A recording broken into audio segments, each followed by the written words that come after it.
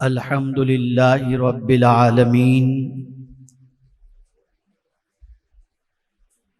والعاقبۃ للمتقین والصلاۃ والسلام علی سید الانبیاء والمرسلین وعلی آلہ واصحابہ الطیبین الطاہرین اما بعد فاعوذ باللہ من الشیطان الرجیم بسم اللہ الرحمن الرحیم الذین ان مکناہم فی الارض اقاموا الصلاۃ وآتوا الزکاۃ وامروا بالمعروف ونہوا عن المنکر وللہ عاقبۃ الامور صدق اللہ العظیم۔ قابل قدر علماء ذوی الاحترام، حاضرین و حاضرات و ناظرین، السلام علیکم ورحمۃ اللہ وبرکاتہ۔ میرے پیارے آقا صلی اللہ تعالی علیہ وسلم کے پیارے دیوانوں اور خواتین اسلام،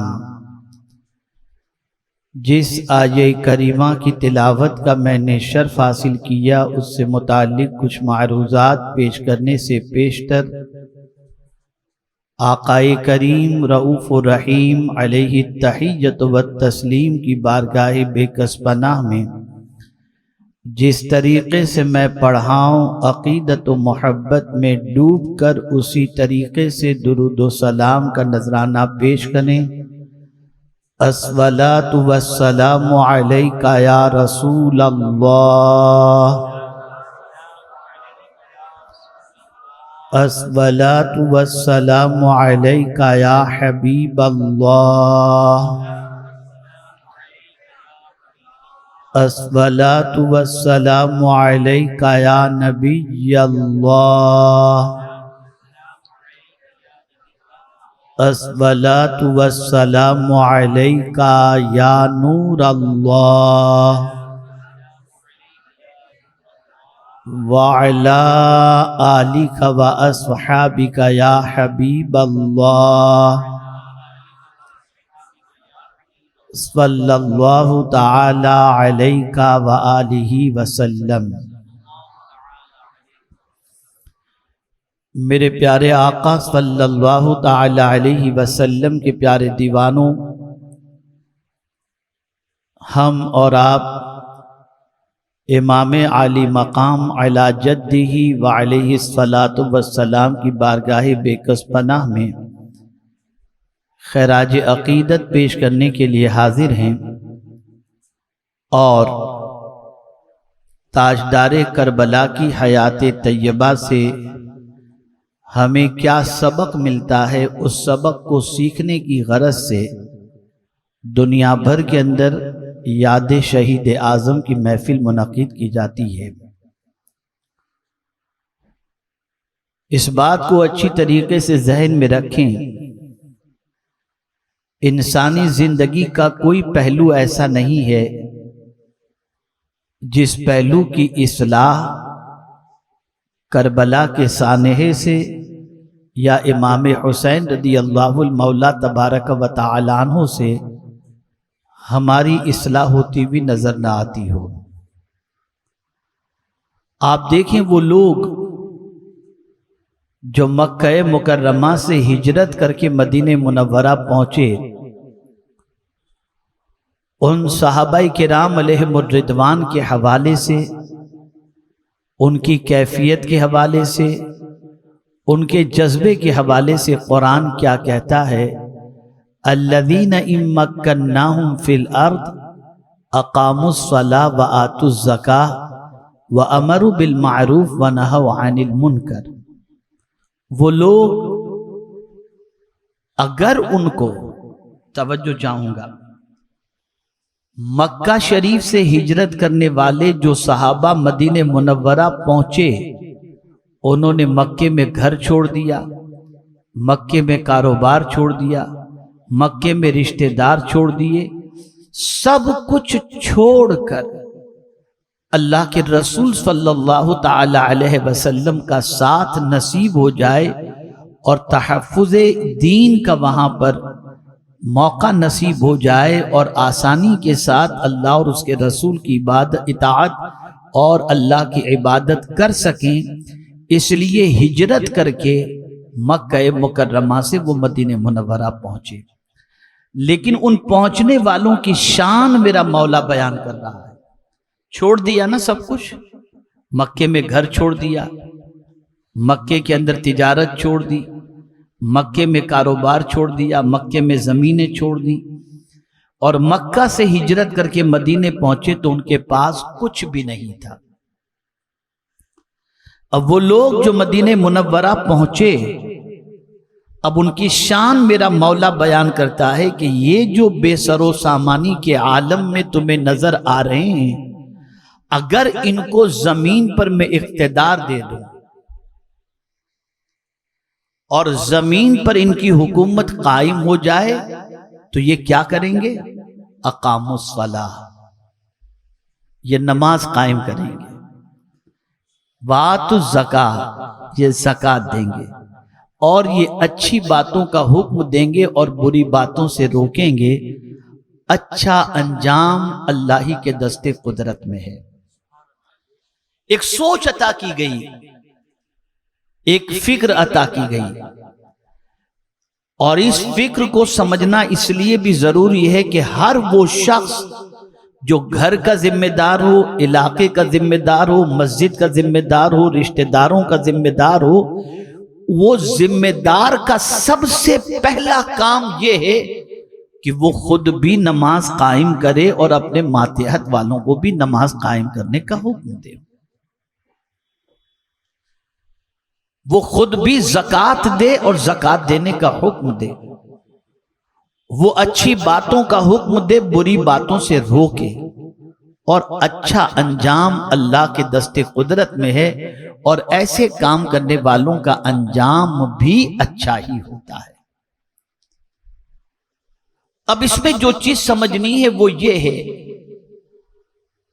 کہ تم تو بظاہر ان کو دیکھ رہے ہو کہ مکے میں سب کچھ چھوڑ کر بے سر و سامانی کے عالم میں آئے، اب ان کے پاس اگر میں اقتدار دے دوں، ان کو زمین پر حکومت دے دوں، تو ملنے کے بعد وہ اس میں گم ہو کر نمازیں نہیں چھوڑیں گے، زکوٰۃ دینا بند نہیں کریں گے، اچھی باتوں کا حکم دینا بند نہیں کریں گے، بری باتوں سے روکنا بند نہیں کریں گے، بلکہ اقتدار ملتے ہی وہ سب سے پہلا کام جو کریں گے وہ یہی کریں گے کہ وہ خود تو نماز کے پابند ہوں گے، پوری رعایا کو بھی نماز کا پابند بنائیں گے، وہ خود بھی زکوٰۃ کے عامل ہوں گے، دینے والے ہوں گے، اور رعایا کو بھی زکوٰۃ دینے والا بنائیں گے، وہ خود بھی اچھی باتوں پر عمل کرنے والے ہوں گے اور اچھی باتوں کا حکم دینے والے ہوں گے، وہ خود بھی برائی سے بچنے والے ہوں گے اور برائی سے بچانے والے ہوں گے۔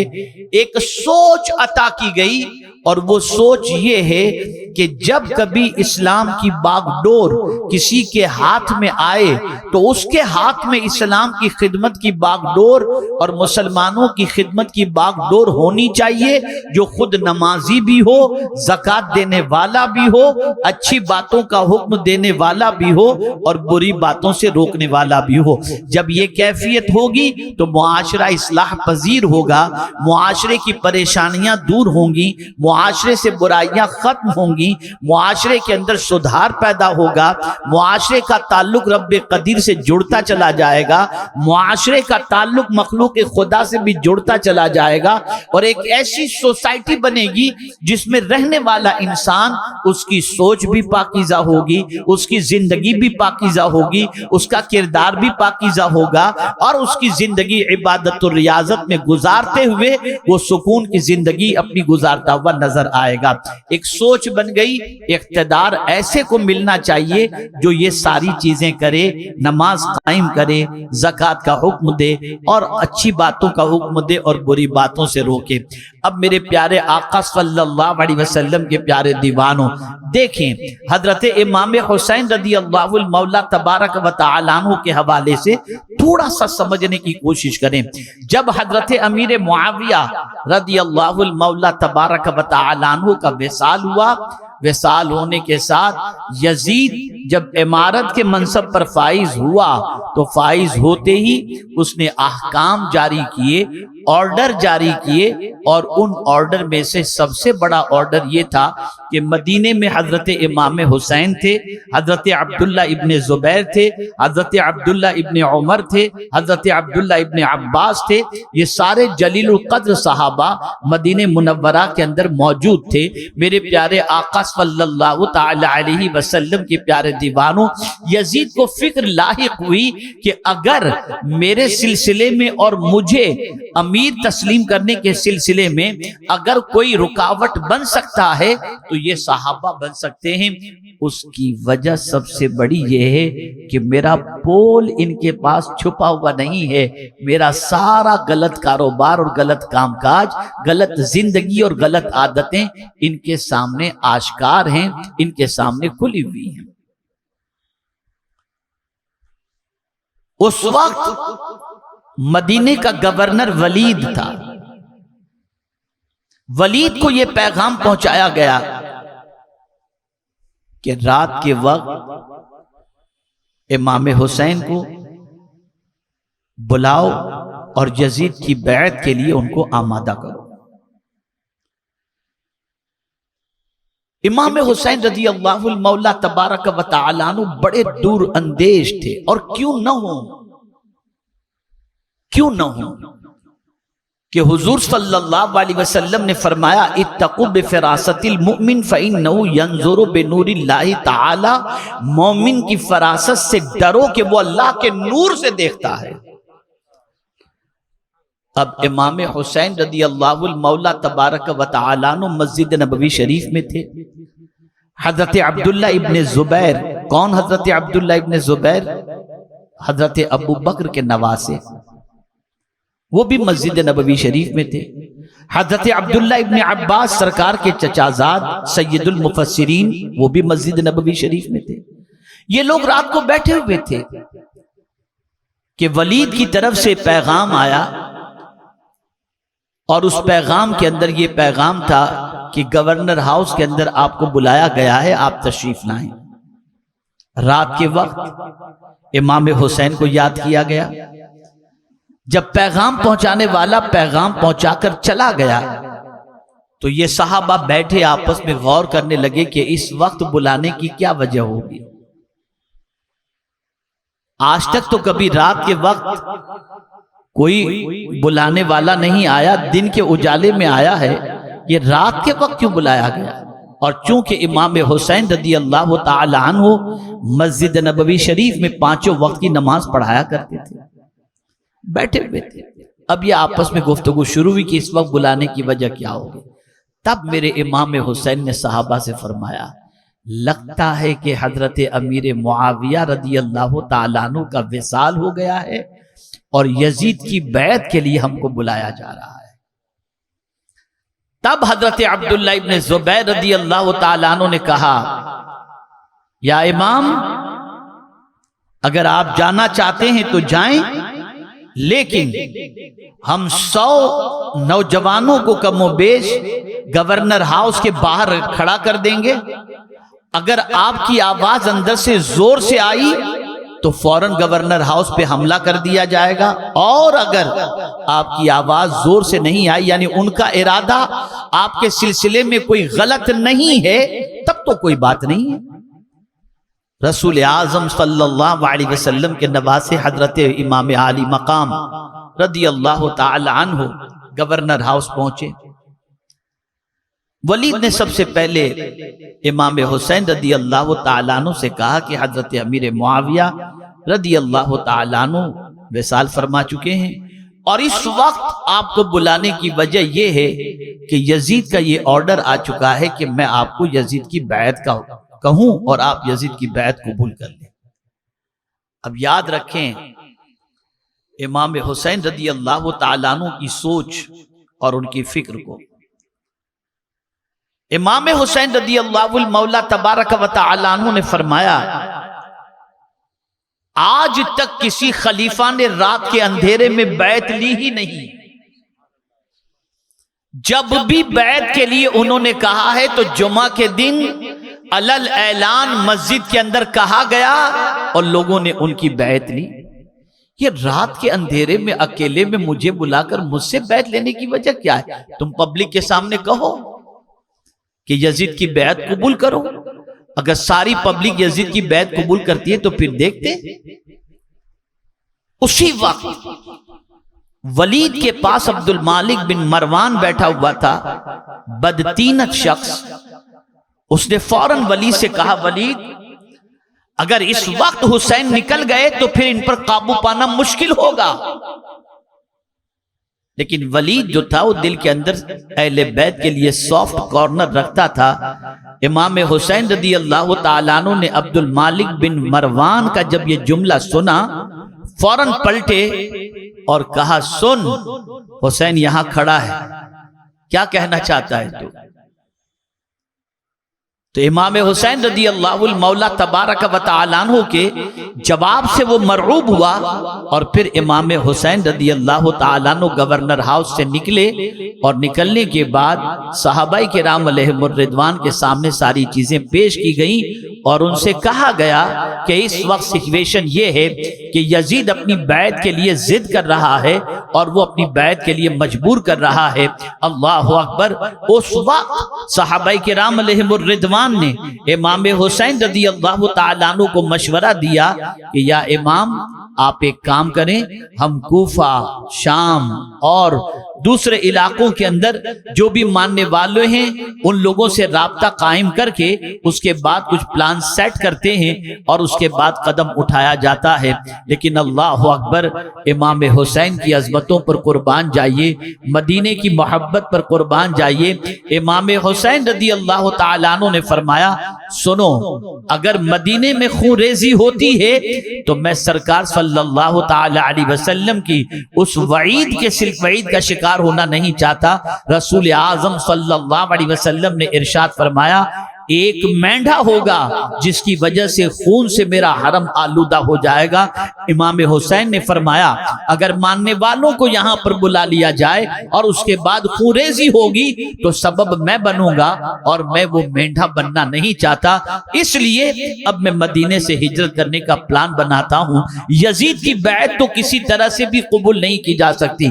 یہاں یزید کیسا تھا اس کے بارے میں آپ سنیں تاکہ پتہ چل سکے کہ یزید کا کردار کیا تھا۔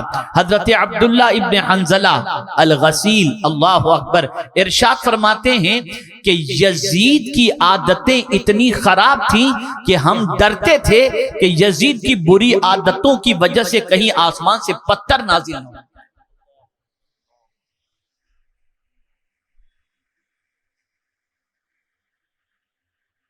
امام علی مقام علی جدہ وعلیہ الصلاۃ والسلام حضور کی امت کو سیدھے راستے پر رکھنا چاہتے تھے۔ حضور کی امت کو ایسے کے سپرد کر ہی نہیں دینا چاہتے تھے جس کے سپرد کرنے کے بعد ان کی زندگی برباد ہو جائے اور آخرت بھی برباد ہو جائے۔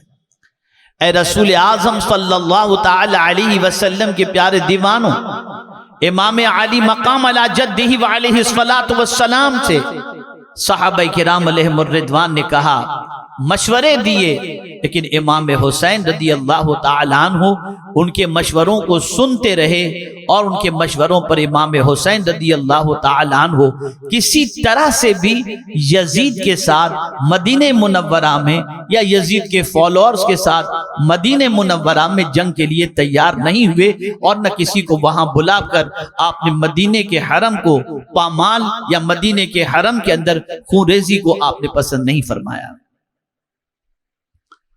اب امام حسین رضی اللہ تعالیٰ عنہ نے فرمایا کہ یہاں رہوں گا تو یہ چین سے جینے نہیں دیں گے، ضد کریں گے کہ میں بیعت کر لوں یزید کی۔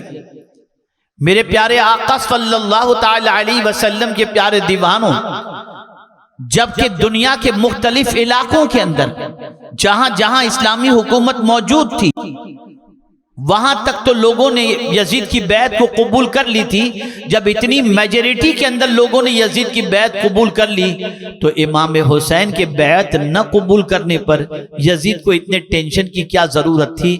لیکن یزید جانتا تھا کہ امام حسین ہیں، صحیح معنوں میں اگر امارت کا کوئی حقدار ہے تو وہ تاجدار کربلا ہے، میں نہیں ہوں، اس لیے کہ میرا کردار کچھ اور کہتا ہے، حسین کا کردار کچھ اور کہتا ہے۔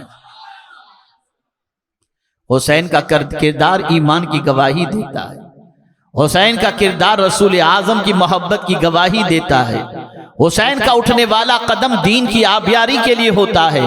اے رسول اعظم صلی اللہ تعالی علیہ وسلم کے دیوانوں، امام حسین رضی اللہ المولا تبارک و تعالی عنہ نے منصوبہ بنایا، اور منصوبہ بنانے کے بعد مدینہ منورہ سے تاجدار کربلا ہجرت کرنے کا پلان بناتے ہیں۔ یاد رکھیں میرے پیارے آقا صلی اللہ تعالی علیہ وسلم کے پیارے دیوانوں، وہ وقت کیسا ہوگا جب امام حسین رضی اللہ تعالی عنہ جس مدینے میں پیدا ہوئے، جس مدینے میں بڑے ہوئے، جس مدینے میں رسول اعظم صلی اللہ علیہ وسلم کی ناز برداری کے مزے چکے، اس مدینے کو جب چھوڑنا ہوتا ہوگا تو امام حسین پر کیا بیت رہی ہوگی، کیا امام حسین کی کیفیت رہی ہوگی۔ اللہ اکبر۔ تاجدار کربلا رسول رحمت صلی اللہ علیہ وسلم کی بارگاہ میں حاضر ہو کر یزید ولید کی شکایت اور اس کے بعد جو ہے امام حسین رضی اللہ المولا تبارک و تعالی عنہ وہاں سے ہجرت کا پلان بناتے ہیں اور وہاں سے نکلنے کا منصوبہ بناتے ہیں۔ نکل کر کہاں جائیں تو امام حسین رضی اللہ المولا تبارک و تعالی عنہ اپنے گھر والوں کے ساتھ، اپنے چند رفقا کے ساتھ، اپنے چند ماننے والوں کے ساتھ امام حسین رضی اللہ تعالی عنہ مکہ مکرمہ کے لیے عازم سفر ہوتے ہیں۔ جیسے ہی مکہ مکرمہ امام عالی مقام علی جدہ وعلیہ الصلاۃ والسلام پہنچتے ہیں، مکے والوں میں خوشیوں کی لہر ہوتی ہے۔ یار اتنا سوچو کہ آپ تھوڑا سا دماغ کے اندر یہ بات بٹھاؤ کہ آپ کے گھر اگر کوئی اللہ کا ولی آنے والا ہو تو آپ کے گھر میں کتنی خوشیاں ہوتی ہوں گی۔ اب جس شہر کے اندر نبی کا نواسہ اور نوجوانان جنت کا سردار جا رہا ہو، اس شہر والوں کی قسمت کتنی عظیم رہی۔ مکے والے بڑے خوش تھے، مکے والوں نے پرتپاک استقبال کیا، اور مکے کے لوگوں نے امام حسین رضی اللہ تعالیٰ عنہ کا ایسا ویلکم کیا جس کی کوئی انتہا نہیں۔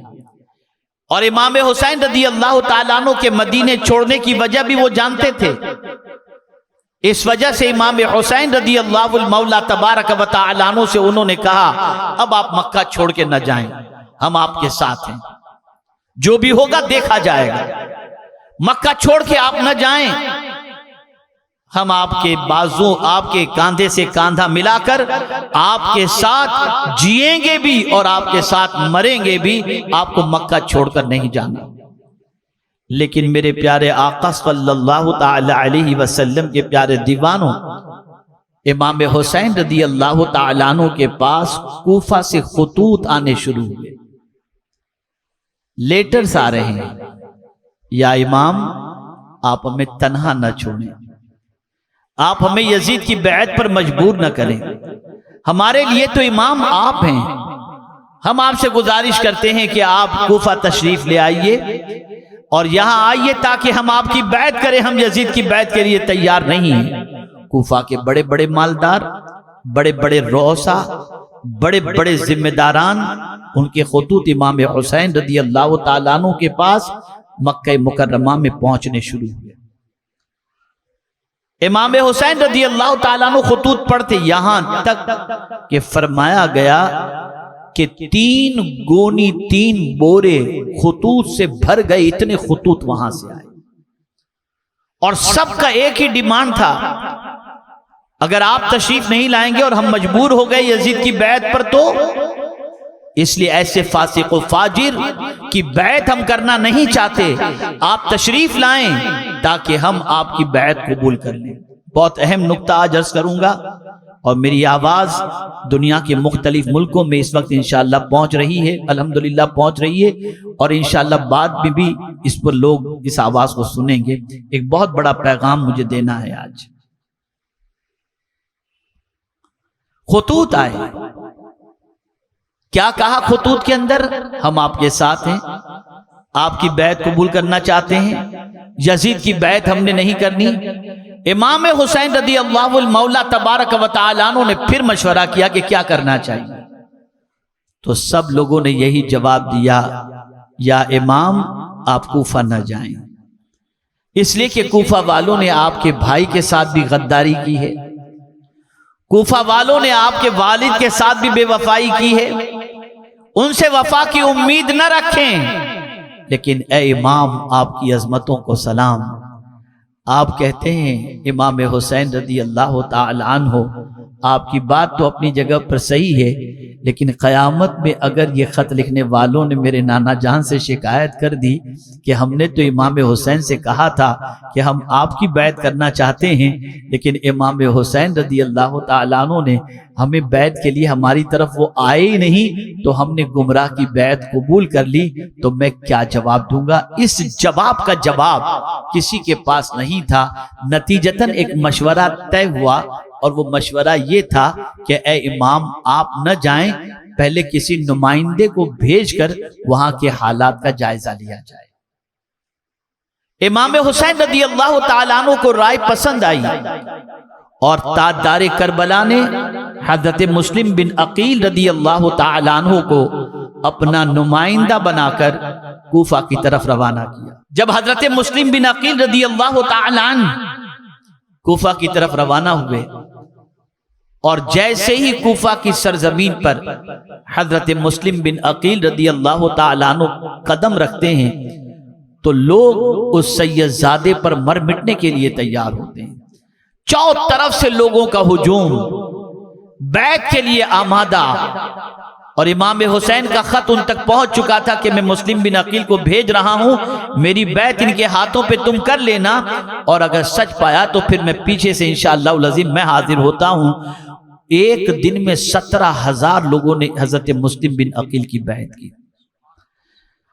یہاں تک کہ بڑھتے بڑھتے 40,000 کے قریب کوفیوں نے حضرت مسلم بن عقیل رضی اللہ تعالیٰ عنہ کی غلامی، امام حسین رضی اللہ تعالیٰ عنہ کی بیعت انہوں نے قبول کر لی. اب یہاں یزید کے کارندوں کو پتہ چل گیا کہ کوفہ ہاتھوں سے جا رہا ہے. کوفہ والوں نے امام حسین کی بیعت قبول کر لی ہے.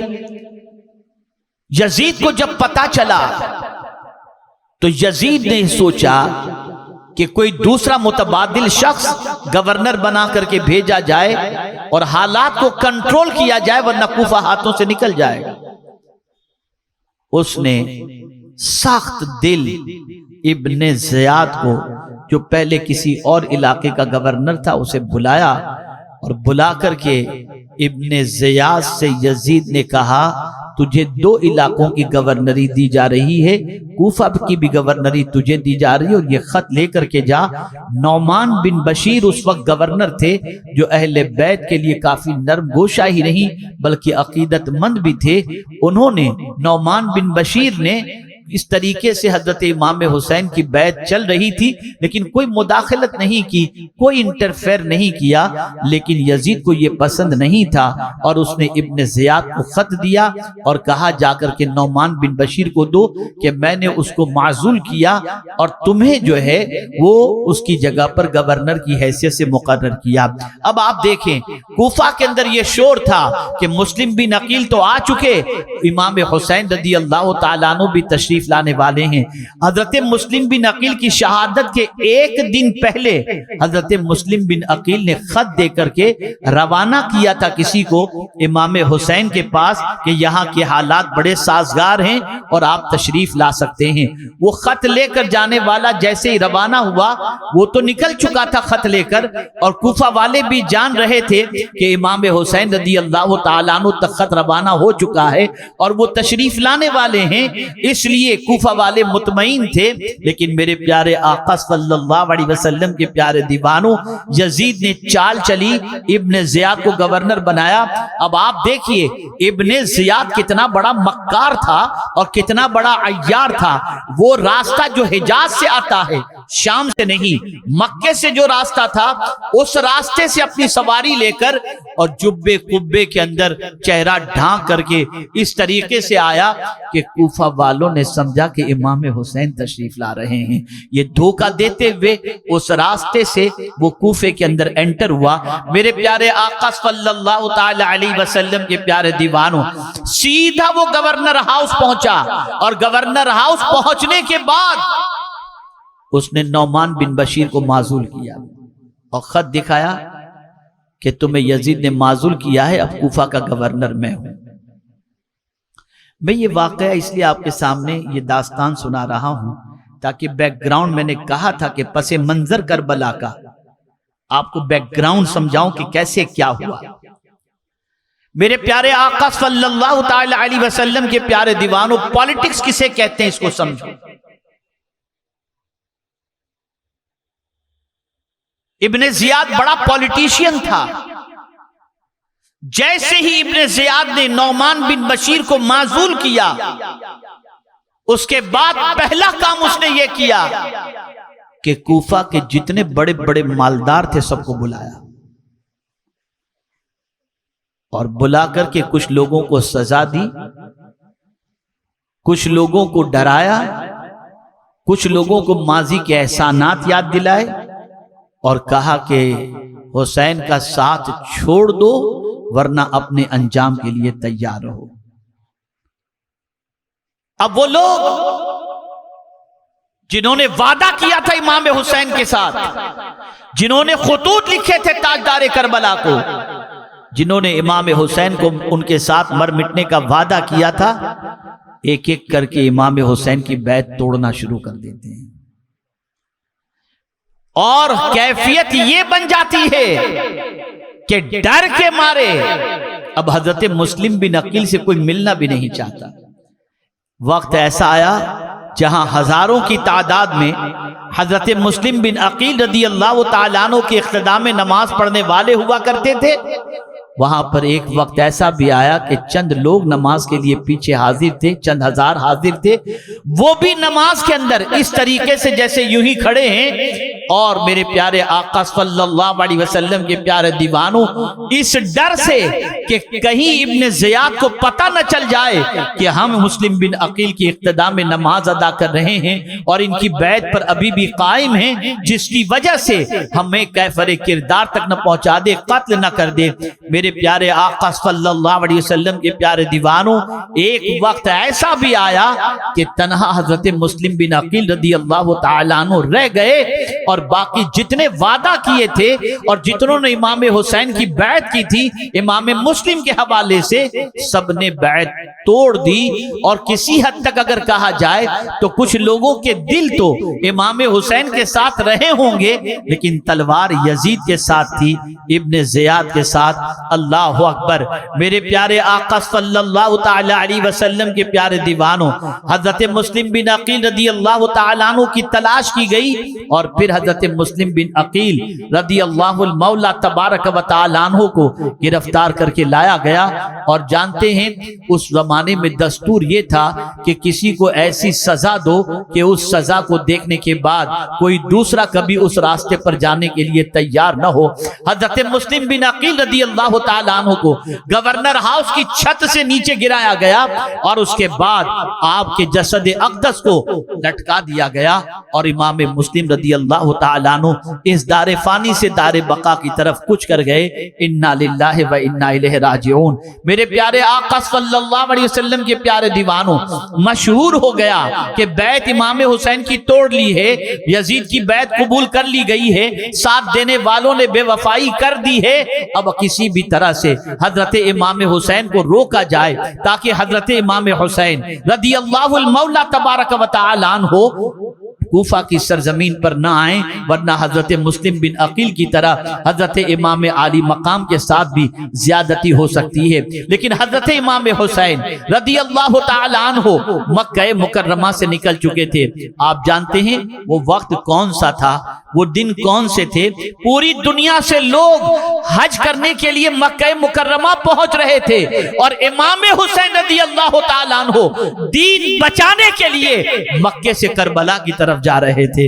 آپ ذرا اندازہ لگائیے، میرے پیارے آقا صلی اللہ تعالی علیہ وسلم کے پیارے دیوانوں، امام حسین نے مکہ مکرمہ سے سفر شروع کیا۔ صحابہ کو مطمئن کیا کہ خط آ گیا ہے، حالات نارمل ہیں، لیکن ان کو صحابہ کو اطمینان اس چیز کا نہیں تھا کہ وہ لوگ وفاداری کریں گے۔ امام حسین رضی اللہ تعالی عنہ نے سفر جب شروع کیا، کچھ سفر کا مرحلہ طے کیا تھا، فرزوق شاعر سے ملاقات ہوئی، اس نے کہا کہاں کا ارادہ ہے امام؟ امام حسین نے فرمایا میں جا رہا ہوں کوفہ کی طرف۔ اس نے کہا کہ نہ جائیں، میں نے آپ کے مسلم بن عقیل کی کہ جسد اقدس کو میں نے لٹکتا ہوا اپنی آنکھوں سے دیکھا ہے۔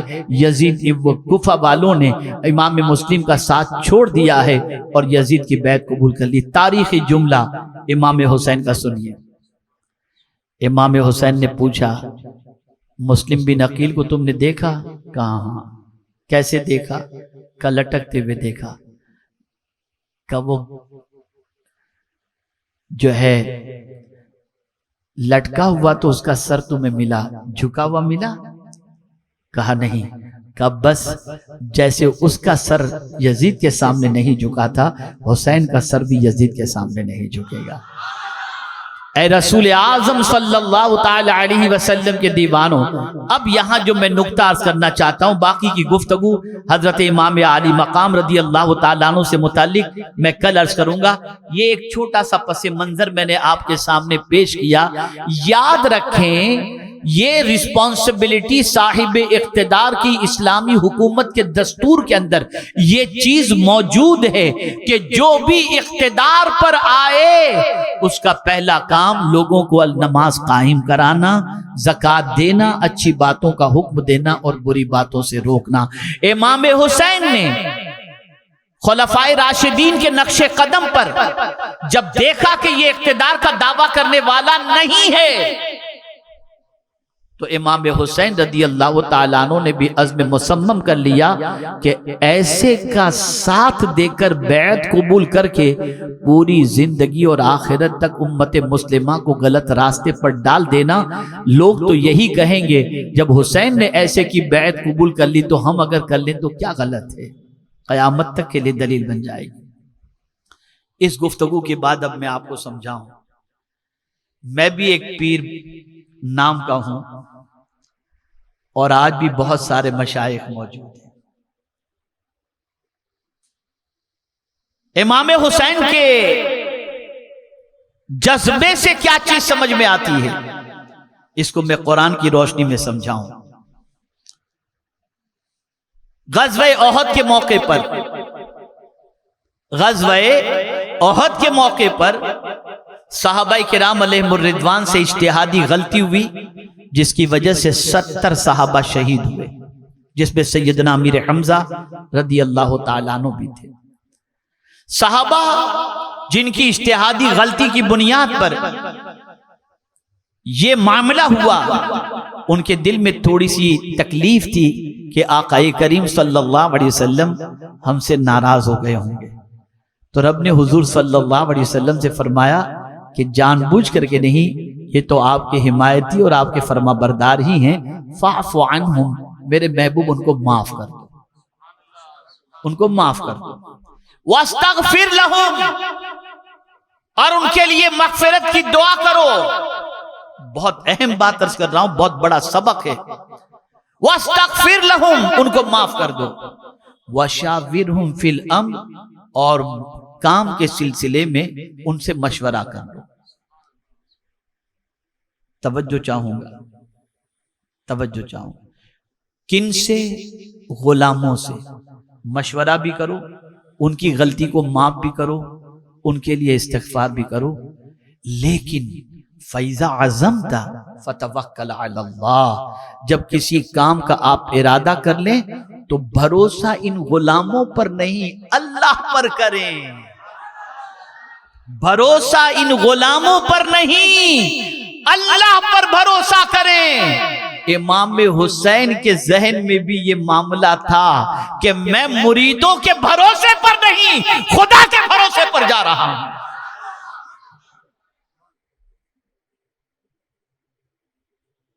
تو آج بہت سارے مشائخ ایسے نہیں ہوتے، لیکن کچھ مشائخ ایسے ہوتے ہیں جن کو اپنے مریدوں پر بڑا بھروسہ ہوتا ہے۔ تو میں کہوں گا کہ نہ آپ امام حسین جیسے پیر ہیں، نہ میں امام حسین جیسا پیر۔ جب لوگ امام حسین کے ساتھ بے وفائی کر سکتے ہیں تو آپ اور ہم کیا ہیں؟ مجھے یاد ہے کہ میری زندگی میں ایک ایسا مرحلہ آیا تھا کہ دائیں بائیں رہنے والوں کو پہچاننا مشکل تھا کہ یہ میرے ہیں، اپنے ہیں یا غیر ہیں۔ تو میں نے اس وقت ایک بزرگ سے کہا تھا، بس اس کو ذہن میں رکھیے گا، بہت اہم سبق ہے۔ میں نے اس ایک بزرگ سے اپنی داستان پیش کی تھی۔ میں نے کہا حضور، میں اس کام کے اندر پتہ نہیں کر پاتا ہوں کہ کون میرے ساتھ ہے کون میرے ساتھ نہیں۔ کبھی ایسا لگتا ہے کہ یہ میرے ساتھ ہے، کبھی لگتا ہے کہ میرے ساتھ نہیں ہے۔ واللہ ان کا تاریخی جملہ آج سے 30-35 سال پہلے کا آج بھی دل میں نقش ہے۔ مجھ سے فرماتے ہیں مولانا آپ ولی ہیں؟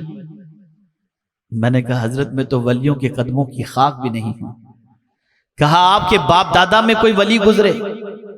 میں نے کہا حضرت میں اس بارے میں جو ولیوں کی علامت ہوتی ہے اس اعتبار سے تو میں نہیں کہہ سکتا کہ کوئی ایسے گزرے ہوں گے، پھر اللہ بہتر جانے۔ پھر فرمایا تمہارا خاندان بڑا ہے؟ میں نے کہا نہیں حضرت، نسب کے اعتبار سے خاندان کے اعتبار سے سیدوں کا مقام بہت عرف والا ہے۔ تب انہوں نے ایک تاریخی جملہ کہا تھا، یہ سبق آج یاد کر کے جاؤ۔ انہوں نے مجھ سے فرمایا مولانا تم ایک آرڈینری آدمی ہو، نہ تم ولی، نہ تمہارے باپ دادا ولی، نہ تمہارا نسب کوئی اعلیٰ، لیکن میں تمہیں ایک سبق سکھاتا ہوں۔ تمہیں ٹینشن ہے نا کہ کون تمہارے ساتھ ہے اور کون تمہارے ساتھ نہیں، تو مولانا ایک بات سنو، امام حسین نوجوانان جنت کے سردار، ان کی والدہ جنتی عورتوں کی سردار، ان کے والد ولیوں کے سردار، ان کے نانا نبیوں کے سردار، تو جب قوم ان سے بے وفائی کر سکتی ہے تو تم کون ہو؟